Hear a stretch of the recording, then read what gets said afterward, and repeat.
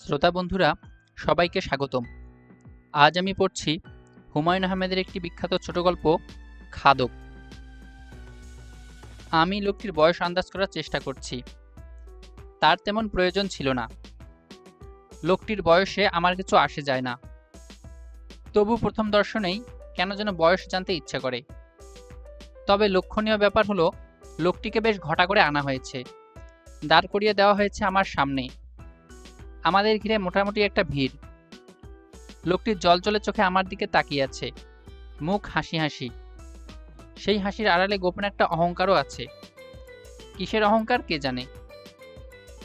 খন্দকার সাহেব আমার দিকে তাকিয়ে ভারী গলায় বললেন, এই সেই লোক।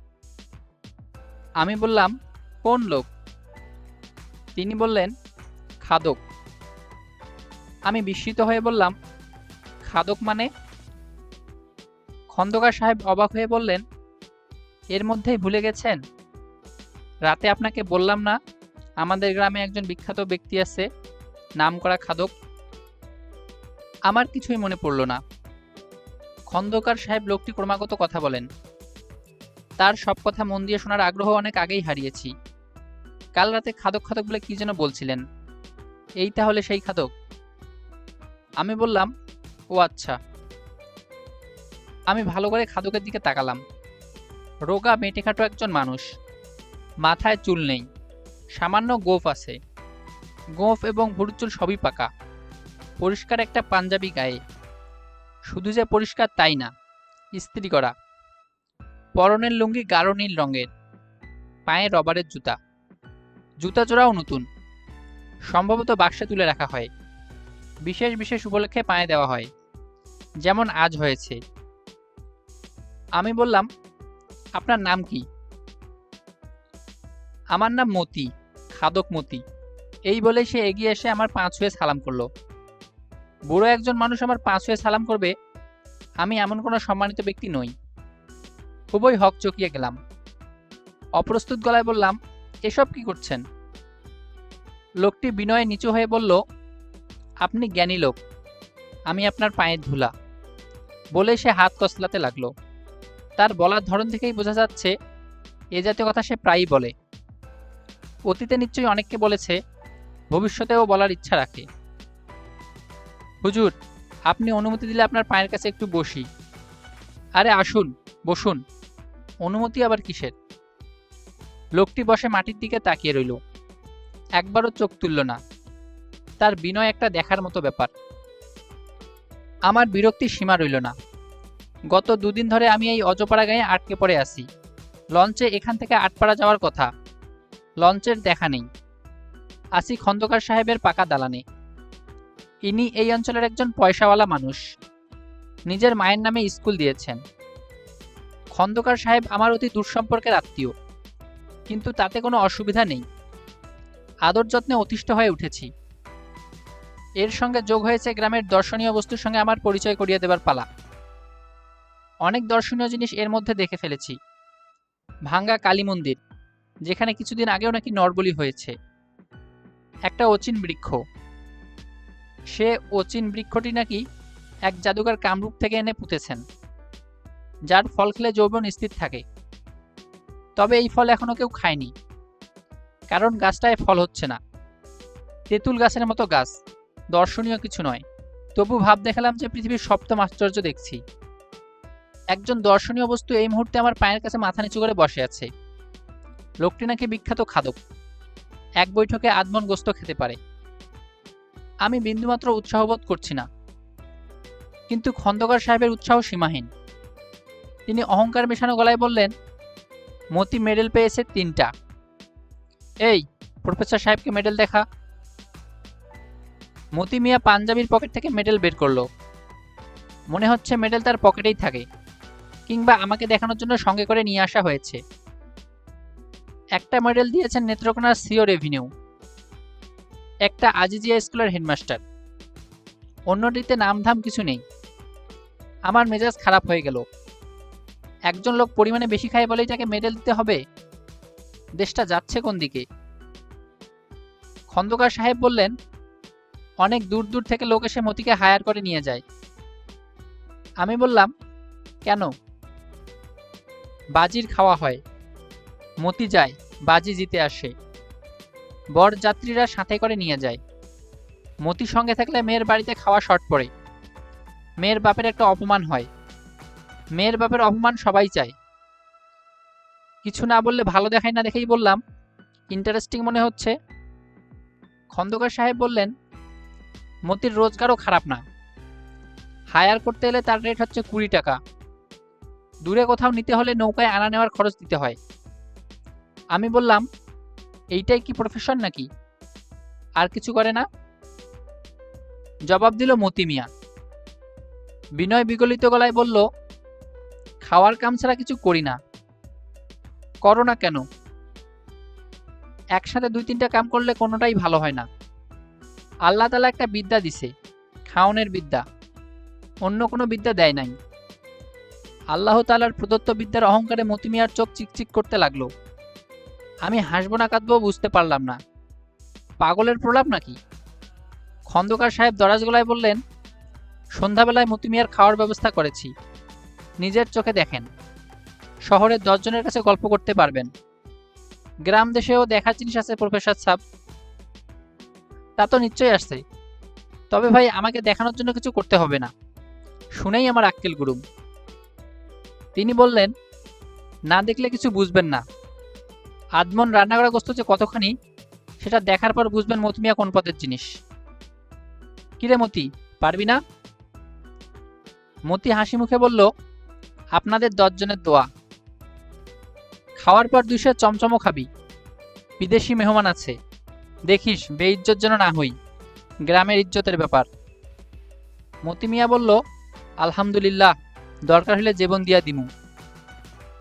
একটা লোক জীবন বাঁচিয়ে রেখে খাবে আর আমি বসে বসে দেখব, এর মধ্যে আনন্দের কিছু খুঁজে পাচ্ছিলাম না। ব্যাপারটা কুৎসিত। যদিও অনেক কুৎসিত দৃশ্য আমরা আগ্রহ করে দেখি। মেলায় বা সার্কাসে বিকলাঙ্গ বিকট দর্শন শিশুদের অনেকে আগ্রহ করে দেখতে আসে। এখানেও তাই হবে। মতি মিয়াকে ঘিরে ধরবে একদল মানুষ। তার সাথে আমাকেও বসে থাকতে হবে, উৎসাহ দিতে হবে। ভাগ্যের সঙ্গে ক্যামেরা নেই। ক্যামেরা থাকলে ছবি তুলতে হতো। গ্রামে বেশ সাড়া পড়ল বলে মনে হলো। খন্দকার সাহেব একটা গরু জবাইয়ের ব্যবস্থা করলেন। চমচম আনতে লোক চলে গেল। খন্দকার সাহেব বললেন, মতি, আস্ত গরু খেতে পারবি? বিশিষ্ট মেহমান আছে, তার সামনে একটা রেকর্ড করা হয়। ঢাকায় ফিরে উনি কাগজে লিখে দেবেন। আমি ভয় পেয়ে বললাম, আস্ত গরু খাবার দরকার নেই, একটা কেলেঙ্কারি হবে। আরে না, মতিকে আপনি চেনেন না। ও ইচ্ছা করলে হাতি খেয়ে ফেলতে পারে। বিরাট খাদক, অতি ওস্তাদ লোক। এরকম ওস্তাদ লোক বেশি না থাকাই ভালো, খেয়েই সব শেষ করে দেবে। আরে না, খাওয়াবে কে বলেন ভাই?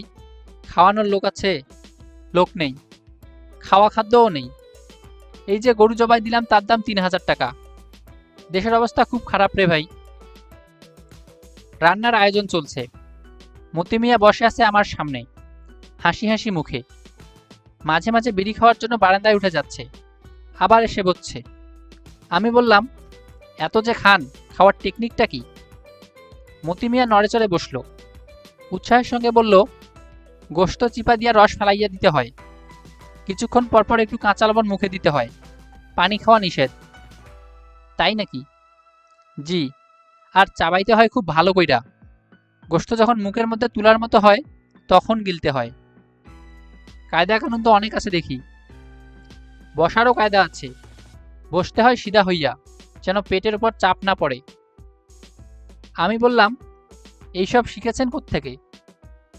নিজে নিজে বাহির করছি জনাব, ওস্তাদ কেউ ছিল না। আমারে তুমি কইরা বলবেন, আমি আপনার গোলাম। মতি মিয়া খুব আগ্রহ নিয়ে নানান গল্প শুরু করলো। সবই খাদ্য বিষয়ক। 2 বছর আগে কোনো এক প্রতিমন্ত্রী নাকি নেত্রকোনা এসেছিলেন। মতি মিয়া তার সামনে আধমন জিলাপি খেয়ে তাকে বিস্মিত করেছেন। খাইতে খুব কষ্ট হয়েছে জনাব। কষ্ট কেন? জিলাপির ভেতর থাকে রস, রসটা গন্ডগোল করে। মন্ত্রী সাহেব খুশি হয়েছিলেন? জি, খুব খুশি। ছবি তুলেছিলেন, 200 টাকাও দিছেন। বিশিষ্ট ভদ্রলোক। বলছিলেন ঢাকা নিয়ে যাবেন, প্রেসিডেন্ট সাহেবের সামনে খাওয়ানোর ব্যবস্থা করবেন। প্রেসিডেন্ট সাহেবরে খুশি করতে পারলে কপাল ফিরত। কথা ঠিক না? আমি বললাম, খুব ঠিক, আমাদের প্রেসিডেন্ট সাহেব কবি মানুষ, খুশি হলে হয়তো আপনাকে নিয়ে কবিতাও লিখে ফেলতেন। মতি মিয়া দীর্ঘ নিঃশ্বাস ফেলল। আমি বললাম, আপনার ছেলে মেয়ে কি, তারাও কি খাদক নাকি? জি না, তারা হইল না খাওয়ন্তির দল, খাইতে পায় না, কামকাজ কিছু করি না, খাওয়ামু কি? তারা হইল গিয়া আপনার দেখুক। সেটা আবার কি? তারা দেখে, আমি যখন খাই তখন দেখে, দেখনের মধ্যেও আরাম আছে। মতি মিয়া বিমর্ষ হয়ে পড়লেন। এই প্রথম বারান্দায় না গিয়ে আমার সামনেই বিড়ি ধরিয়া খক খক করে কাশতে লাগলেন। খাওয়া শুরু হলো রাত 10টার দিকে। একটা হ্যাঁচাক জ্বালিয়ে উঠোনে খাবারের আয়োজন করা হলো। এই প্রচন্ড শীতে কাঁথা গায়ে গ্রাম ভেঙে লোকজন এসেছে। মতি মিয়া খালি গায়ে আসনপ্রিয় হয়ে বসেছে ধ্যানস্থ মূর্তির মতো। মতি মিয়ার ছেলে মেয়েগুলিকেও দেখলাম। পেট বের হওয়া হাড় জিরজিরে কয়েকটি শিশু, চোখ বড় বড় করে বাবার খাওয়া দেখছে। শিশুগুলি ক্ষুধার্ত, হয়তো রাতেও কোনো কিছু খায়নি। মতি একবারও তার বাচ্চাগুলির দিকে তাকাচ্ছে না। খন্দকার সাহেব গ্রামের বিশিষ্ট কিছু লোকজনকে এই উপলক্ষে দাওয়াত করেছেন। স্কুলের হেডমাস্টার, গ্রামীণ ব্যাংকের ম্যানেজার, থানার ওসি সাহেব, পোস্টমাস্টার সাহেব সহ আরও অনেকেই আছেন। সামাজিক মেলামেশার একটা উপলক্ষ। বিশিষ্ট মেহমানদের জন্য খাসি জবেহ করা হয়েছে। দস্তরখানা বিছিয়ে দেওয়া হচ্ছে। আলোচনার প্রধান বিষয় ইলেকশন। ভাবভঙ্গি দেখে মনে হচ্ছে খন্দকার সাহেব ইলেকশনের ক্ষেত্র প্রস্তুত করছেন। এর আগের বার হেরেছেন, এবার হারতে চান না, জিততে চান এবং দেশের কাজ করতে চান। অতিথিরা রাত 12টার দিকে বিদায় হলো। চাঁকিয়ে শীত পড়েছে। মতি মিয়াকে ঘিরে যারা বসে আছে তাদেরকে শীত কাবু করতে পারছে না। খড়ের আগুন করা হয়েছে, সেই আগুনের চারপাশে সবাই বসে আছে। শুধু মতি মিয়ার ছেলেমেয়েরা তার বাবার চারপাশে ঘিরে বসে আছে। তীক্ষ্ণ দৃষ্টিতে তারা বাবার খাওয়া দেখছে। মতি মিয়া ফিরেও তাকাচ্ছে না। তার গা দিয়ে টপ টপ করে ঘাম পড়ছে। চোখ দুটি মনে হচ্ছে একটু ঠেলে বেরিয়ে এসেছে। আমার মনে হচ্ছে পিতলের এই বিশাল হাঁড়ির মাংস শেষ করবার আগেই লোকটি মারা যাবে। আমি হব মৃত্যুর উপলক্ষ। মনটাই খারাপ হয়ে গেল। পুরো ব্যাপারটাই কুৎসিত। একদল ক্ষুধার্ত মানুষ একজনকে ঘিরে বসে আছে, সে খেয়েই যাচ্ছে। খন্দকার সাহেব এসে আমার পাশে বসলেন। হাসি মুখে বললেন, কেমন দেখছেন? ভালোই। বলছিলাম না বিরাট খাদক? তাই তো দেখছি। শুয়ে পড়েন, শেষ হতে দেরি হবে। সকাল 10টার আগে শেষ হবে না। এখন খাওয়া স্লো হয়ে যাবে। তাই নাকি? জি, শেষের দিকে এক টুকরো মাংস গিলতে 10 মিনিট সময় নেয়। আমি মতির দিকে তাকিয়ে বললাম, কি মতি, খারাপ লাগছে? যে না, খারাপ লাগলে বাদ দাও, বাকিটা তোমার বাচ্চারা খেয়ে নেবে। খন্দকার সাহেব বললেন, অসম্ভব, একটা রেকর্ড করছে দেখছেন না? তুমি চালিয়ে যাও মতি। ভাই আপনি গিয়ে শুয়ে পড়ুন। আমি শুয়ে পড়লাম। শুয়ে শুয়ে অনেক চেষ্টা করলাম মতি মিয়ার চরিত্রে কিছু মানবিক গুণ ঢুকিয়ে দিতে। নানাভাবেই তা সম্ভব। রাত 1টার দিকে যদি মতি মিয়া ঘোষণা করে, বাকি গোশত আমি আর খাবো না, হার মানলাম, এখানে যারা আছে তারা খাক, তাহলেই হয়। কিংবা দৃশ্যটা আরো হৃদয়স্পর্শী হয়। যদি শেষ দৃশ্যটি হয় এরকম, মতি মিয়ার বাচ্চারা সবাই ঘুমিয়ে পড়েছে, একজন শুধু জেগে আছে। মতি মিয়া গোশতের শেষ টুকরোটি মুখে তুলে থমকে যাবে, মুখে না দিয়ে এগিয়ে দেবে শিশুটির দিকে। সবাই তখন চেঁচিয়ে উঠবে, আরে করো কি, করো কি, বাজিতে হেরে যাচ্ছ তো, এটাও খাও। মতি মিয়া দীর্ঘ নিঃশ্বাস ফেলে বলবে, হারলে হারবো। আমি জানি বাস্তবে তা হবে না। সকাল 10টা হোক 11টা হোক, মতি মিয়া খাওয়া শেষ করবে, কোনো দিকে ফিরেও তাকাবে না। এত কিছু দেখলে খাদক খাওয়া যায় না।